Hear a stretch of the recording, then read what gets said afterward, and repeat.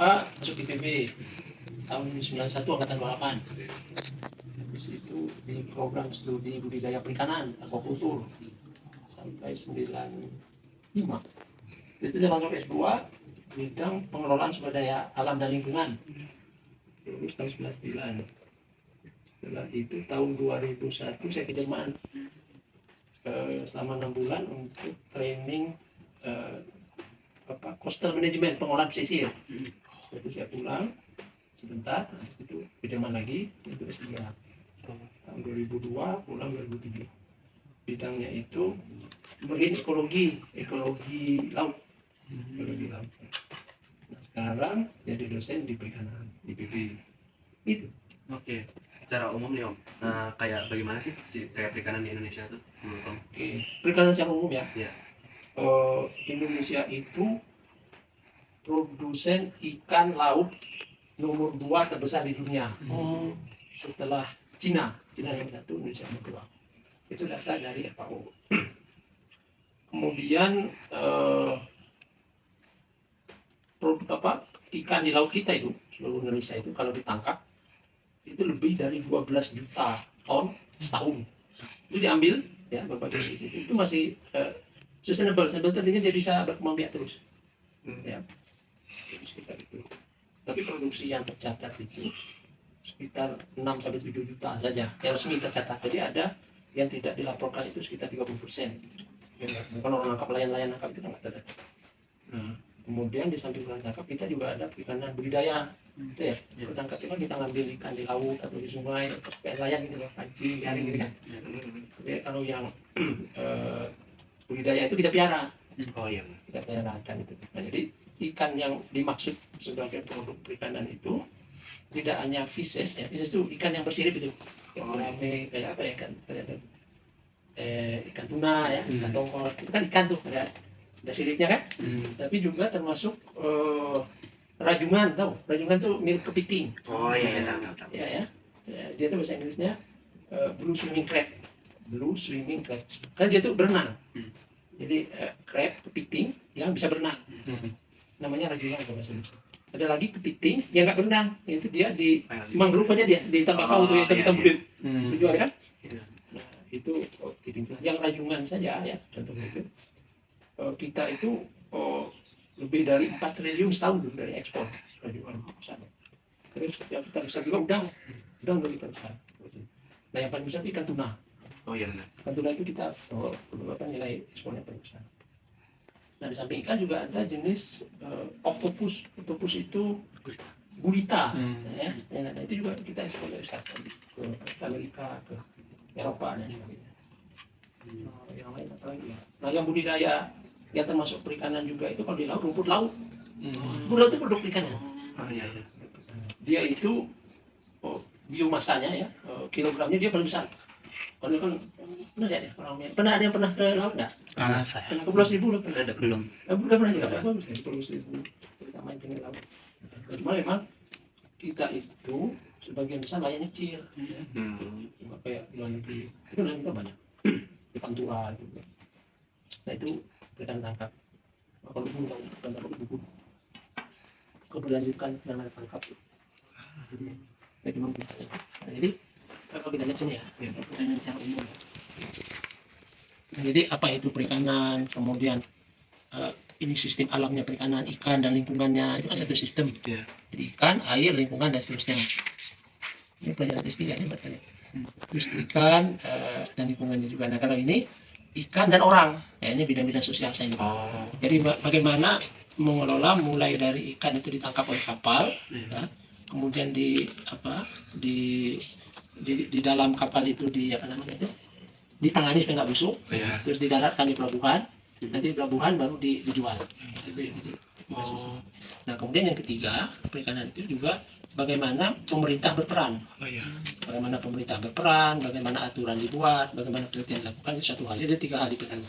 Satu ikan dan lingkungannya sama airnya. Yang kedua bisnis ikannya, mulai dari ikan yang ditangkap sampai ke orang makan ikan. Yang ketiga bagaimana pemerintah berperan mengelola, bagaimana pelaku perikanan. Ini kalau ilmunya begitu. Jadi kalau itu perikanan tangkap, ya. Kalau perikanan budidaya beda lagi. Kan ada perikanan tangkap, ada budidaya kan. budidaya itu, ikan itu bagaimana kita piara ya di tempat yang bisa dikendalikan, dikontrol. Misalnya di kolam, ya kan, di kolam. Atau yang paling sederhana di akuarium. Akuarium. Orang bisa mijah ikan di akuarium. Ikan cupang, ya. Ikan-ikan kecil mulai dari situ. Nah, terus apa yang paling besar, orang bisa miara ikan tuna di tengah laut. Oh iya. Ya kan pernah lihat filmnya kan? Mm. Oh itu nanti lihat film di YouTube. Oh miara tuna tengah laut. Nah, jadi budidaya ikan itu ada yang di air tawar, ada ikan mas, ikan apa lagi? Gurame, lele. Ya. Ada juga yang jenis udang air tawar tuh. Oh iya. Pernah lihat ya? Iya. Ada udang air tawar. Gitu. Terus ada lobster ya, lobster air tawar tuh. Iya.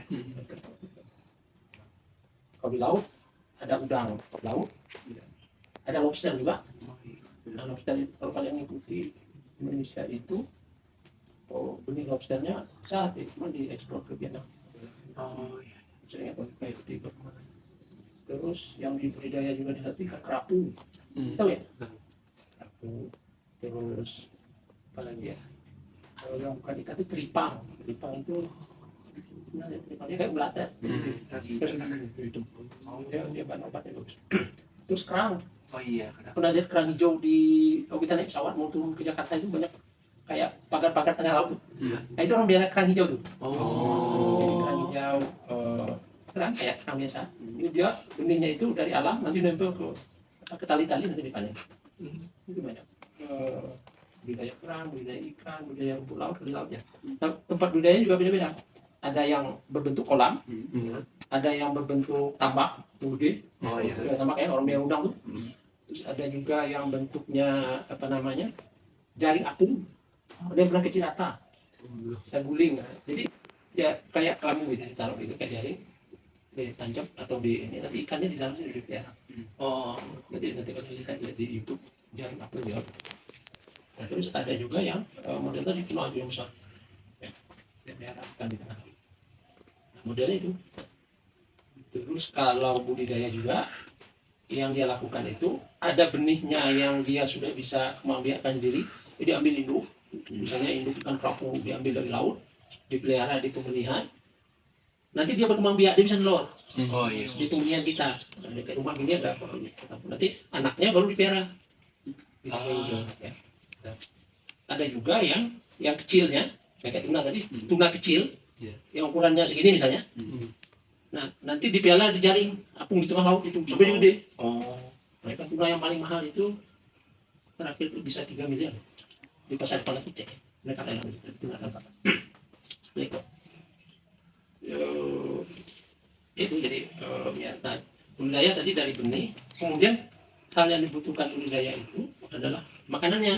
Nah, iya. Ya kan? Iya. Kita miara ayam, miara burung itu kan dikasih makan. Iya. Kalau dia mati. Iya. Nah, itu juga apa namanya harus dipelajari gimana caranya menyediakan makanan untuk ikan yang kita piara.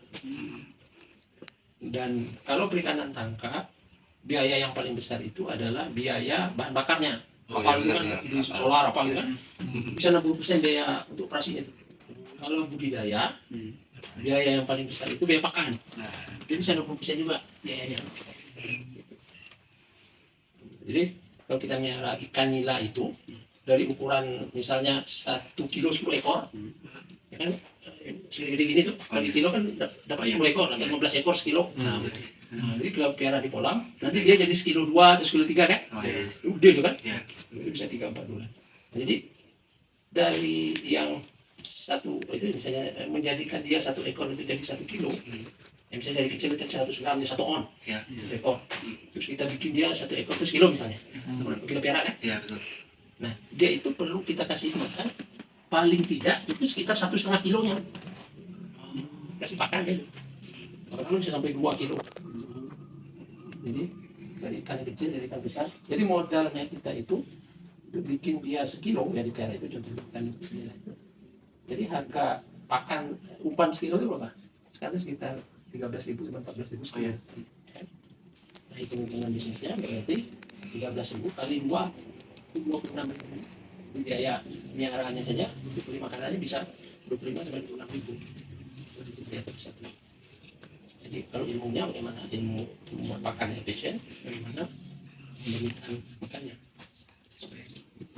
kalau misalkan dari perikanan sendiri apa yang udah berjalan baik gitu Pak? Ya di Indonesia sendiri untuk perikanan budidaya. Ya sudah berjalan baik. Apa dan faktor-faktor apa aja gitu? Yang sudah berhasil bisnisnya besar itu rumput laut sudah, udang. Nah cuman kita itu sebagian besar sekarang membudidayakan udang yang bukan asli kita. Pernah tahu udang Paname? Pernah dengar ya? Udang asli kita itu udang windu, Oh iya. ya, giant tiger. Kalau ini udang Paname itu aslinya dari Hawaii. Oh.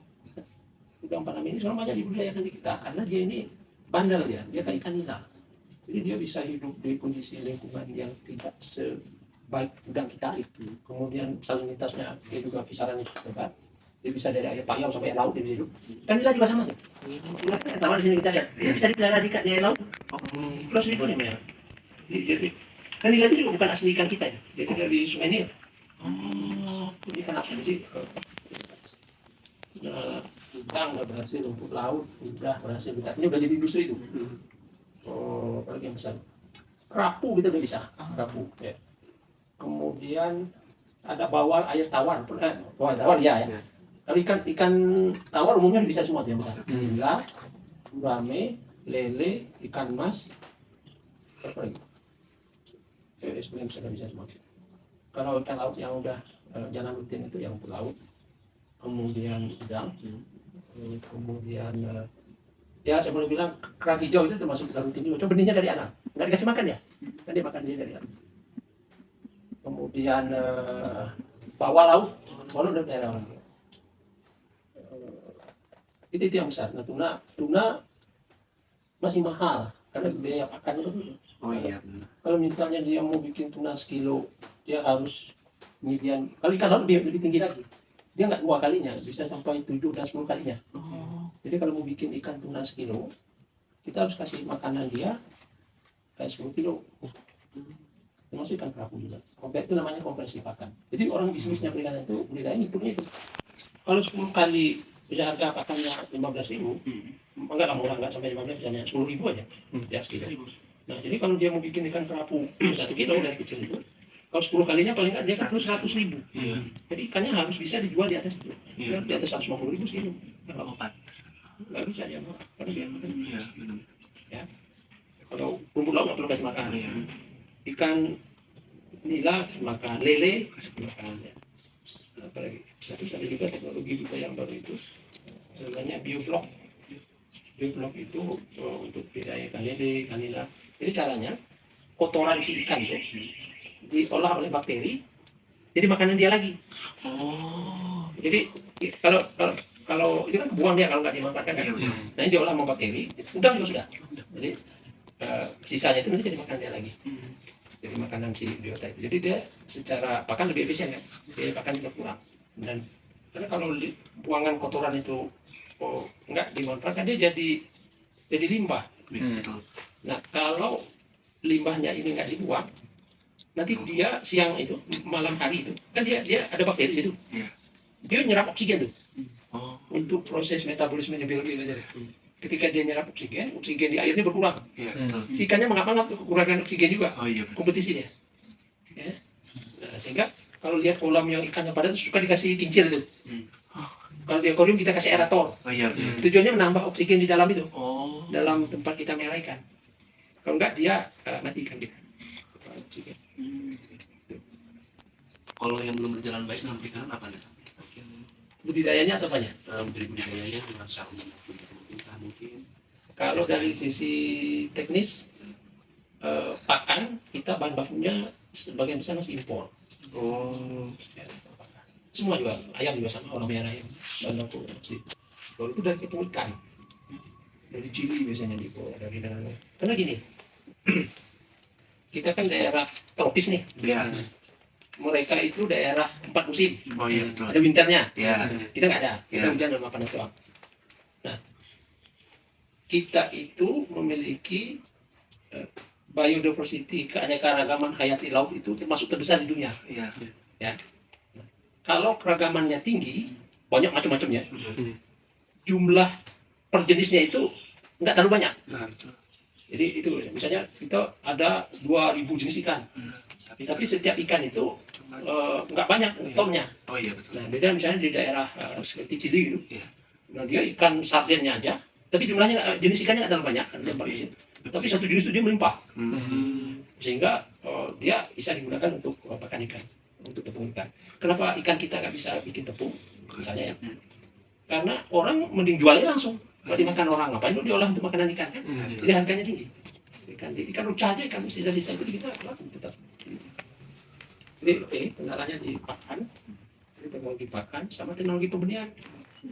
Pembenihan tetap itu yang kemudian prinsipnya budidaya itu dia akan membudidayakan ikan yang bernilai ekonomis tinggi kalau ditangkap. Karena kan banyak jenis ikan tuh, jadi memang harus dipilih yang memang bernilai ekonomis tinggi. Nah, dulu saya pernah tahun 2001 itu saya magang di perusahaan Jerman, di Jerman. Dia miara ikan kakap sama ikan sebelah, ya, di Jerman di laut utara. Nah, benihnya itu diambil dari Denmark. Denmark itu tangannya. Nah, ikan itu dia piara dalam ruangan yang tertutup. Jadi airnya diganti sedikit, ya, kemudian diolah dari sana. Tapi ikannya bisa dijual mahal. Dia bisa jual 200 euro per kilo. Sekarang itu mungkin sekitar euro 15.000 kayaknya. Bisa 3 juta sekilo. Biar pakai misalnya. Nah, sekarang kita tadi apa? Pakan, Bahan baku. benih, ya, Iya. sama teknologi pengelolaan limbahnya. Oh. Ya. Mungkin kalau pernah dengar dulu udang yang dipiara di pantai utara Jawa banyak yang mati karena tercemar limbah dari darat. Oh iya benar. Kalau yang kasus di Banten dulu pernah dari industri petrokimia. Ini kan bisa kita buang daratan. Itu akhirnya kan mengalir ke sungai itu ke muara kan. Iya betul. Sementara orang miara udang itu di sepanjang pesisir itu. Nah, jadi ketika dia tercemar ini kan. Nah, kemudian dalam budidaya itu yang rentan juga penyakit. Jadi kalau orang miara masukin benih ke kolam kelihatannya banyak kan. Tiba-tiba kena penyakit habis deh. Belum sempat gede habis. Nah, jadi kalau di BB itu ada lab khusus pakan ikan yang dibudidaya. Ada lab khusus kesehatan ikan. Jadi dia bikin bagaimana melihat virus dan sebagainya. Ada lab khusus untuk lingkungannya, mengelola air, bikin bioblok, dan pokoknya manajemen lingkungan. Kemudian juga ada lab khusus untuk engineeringnya, bagaimana cara bikin kolam, memelihara. Jadi kita Indonesia untuk budidaya ikan air tawar sepertinya teknologinya udah cukup canggih lah, nggak mumpuni kita nggak ada masalah. Dan untuk ikan laut kita masih banyak kendala. Nggak berkembangnya itu bisa jadi juga karena ikan laut kita masih banyak. Misalnya kita miara ikan apa misalnya, pernah lihat ikan barona nggak? Nah, atau ikan kakap lah, kerapu. Jadi kalau di daerah kayak Papua, budidayanya bisa jadi nggak berkembang karena ikan laut masih banyak. Ikan laut tinggal ambil doang. Kalau ini harus dipiara, tungguin sampai setahun baru panen. Ya. Jadi kalau ikan itu pemakan ikan, biasanya tumbuhnya lama. Dari kecil sampai gede itu bisa tahunan. Jadi kalau ikan herbivore, herbivore itu misalnya ikan mas, ikan lele, itu omnivore. Gurame itu herbivore yang makan daun. Nah itu 3 bulan, 4 bulan bisa panen. Lele itu malah dalam 40 hari kayak ayam berlari. Lele banyak. Tapi kalau ikan pemakan daging, ya, lobster itu juga dia dikasih makannya daging tuh. Juga kasih makan ikan juga, terus kerapu dia kasih makan. Biasanya tumbuhnya lama dan mahal. Nah, kemudian kalau budidaya di laut itu teknologinya lebih susah. Ombaknya gede, lanjut. Iya. Tempat merah ikannya. Jadi lebih susah terus. Harus tungguin. Di tengah laut harus tungguin juga. Kalau nggak diambil malah. Iya benar juga. Kalau merah dekat rumah ya, merah ikan mas. Kan bisa kita lihat. Walaupun kadang juga diambil malah. Ya. Jadi di situ. Kalau misalkan dari sustainable-nya sendiri kayak perikanan sendiri itu kayak kan misalkan ada green gitu ya, jadi harus pakai bahan bakar green, harus sustainable pokoknya. Itu dari perikanan sendiri gimana? Iya, nanti kalian pelajari kan ini menarik juga. Itu namanya SDG 14, Sustainable Development Goal nomor 14. Itu tentang kehidupan dalam air lah maksudnya. Nah, salah satu yang jadi sorotan ya. Jadi gini, ketika kita ingin ekspor udang ke luar negeri, ke Eropa, itu ketat tuh. Ketika kita ingin ekspor apalagi ikan kakap Ikan kakap ya. Itu kita nomor 1 di dunia produsen kakap. Kemudian udang, kakap, yang gurita tadi juga, terus kerapu. Nah, di sana itu ya terkait dengan nanti dia akan bikin sertifikat itu. Jadi mereka akan cek apakah sertifikat nangkapnya itu melanggar aturan-aturan dunia nggak? Tidak hanya lingkungan, tapi dia waktu nangkapnya itu anak ABK-nya ada anak kecil nggak? Kalau boleh memperbedakan anak kecil kan melanggar. Atau ada perbudakan nggak? Itu orang paksa juga. Itu dalam proses nangkapnya itu, misalnya dia nangkap ikan tuna, dia menangkap ikan-ikan yang dilindungi nggak? Atau biota yang dilindungi? Dan dilindungi itu misalnya sekarang paus, kemudian lumba-lumba, itu dilindungi oleh tangan. Terus penyu hijau di laut, terus hiu, beberapa hiu dilindungi dunia. Nah, jadi kalau dia mancing tuna, gimana dia hiunya ini? Kalau apa dia sengaja tangkap, kalau tertangkap diapain dia? Itu diatur. Nah, itu ada sertifikatnya bahwa dia melakukan proses penangkapan yang ramah lingkungan. Nah, kalau dia enggak, kita ekspor ke sana bisa di-ban, tolak barang itu. Jadi itu ada isu lingkungan. Nah, kemudian pernah dengar pukat harimau? Tahu. Ya, harimau. Troll itu sekali itu dia nangkap semua yang di dasar laut itu diambil dia. Nggak peduli apa namanya, mau dibawa pulang atau paling dibuang ke laut. Jadi kadang-kadang lebih banyak yang dibuangnya daripada diambilnya. Jadi ngambil udang nih, tujuan utamanya ngambil udang. Campur macam-macam kan.